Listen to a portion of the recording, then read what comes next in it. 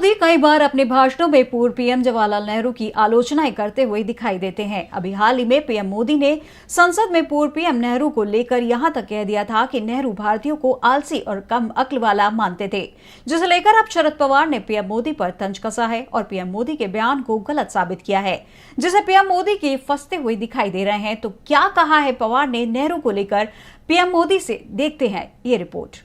NCP प्रमुख शरद पवार ने PM Modi पर लोकतंत्र को लेकर निशाना साधा है। उन्होंने सोमवार को ठाणे जिले के उल्लासनगर में एल्गार परिषद की सभा को संबोधित करते हुए कहा कि संविधान में निहित नागरिकों के अधिकारों पर हमला हो रहा है।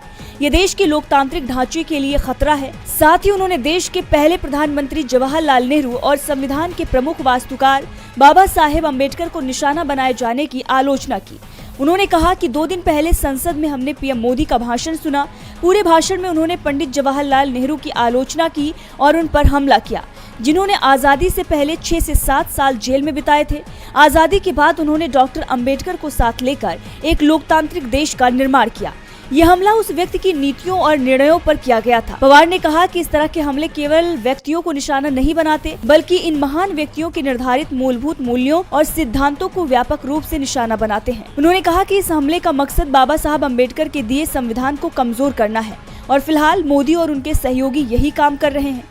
पवार ने आगे भी कहा कि पाकिस्तान, श्रीलंका और बांग्लादेश जैसे कुछ देशों में जो स्थिति बनी हुई है, उससे बचने के लिए ये सुनिश्चित करने की जरूरत है कि जिस संविधान ने हमें मौलिक अधिकार दिए हैं, उसका संरक्षण किया जाए।